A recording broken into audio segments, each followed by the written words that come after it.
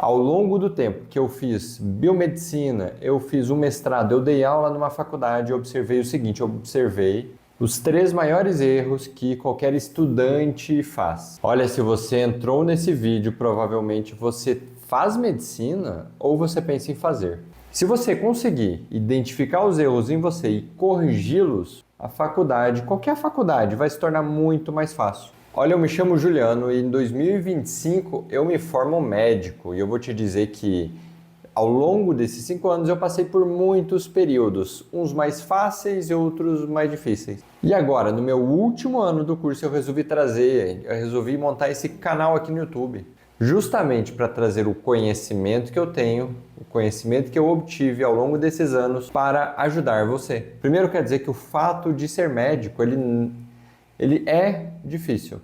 Tem muitas peculiaridades, tem muitos detalhezinhos que nós aprendemos muito mais na prática, que eu inclusive tenho muito a aprender ainda. Mas o percurso do curso de medicina, as matérias, os conteúdos, o ato de aprender esse período, ele não é difícil, mas ele vai se tornando difícil ao passar do tempo, ele vai se tornando muito mais complexo, principalmente após a sua formação. Pois quando você entra no curso, tudo parece muito novo, você está aprendendo, são coisas novas que você está vendo. Toda essa novidade, ele acaba prejudicando você, inclusive.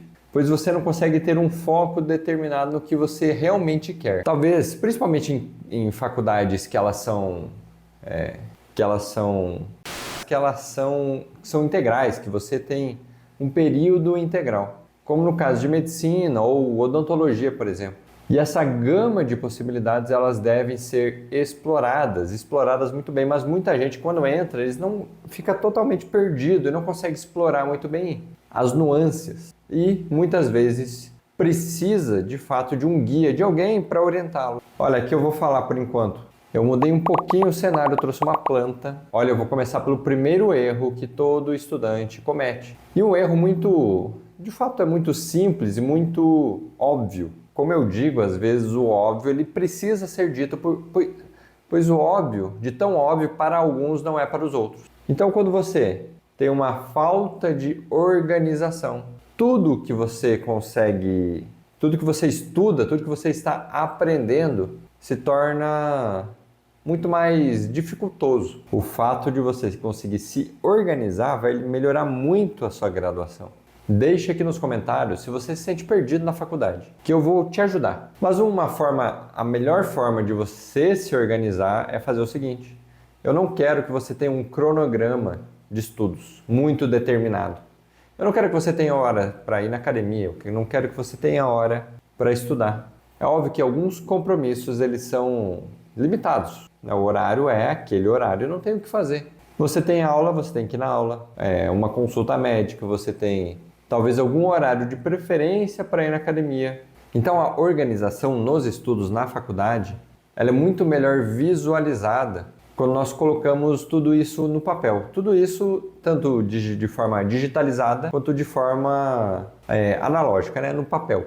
E para isso eu quero que você conheça o meu template que eu criei esse ano de 2025 para ajudar você a se organizar nos estudos. Basicamente você vai ter a capacidade de ter todos os seus conteúdos, colocar todas as suas aulas em um só lugar com uma única ferramenta. Então acesse o link aqui abaixo que eu vou te ajudar a se organizar. Outro ponto que normalmente estudantes da medicina fazem é quando eles entram na faculdade, outro erro, né?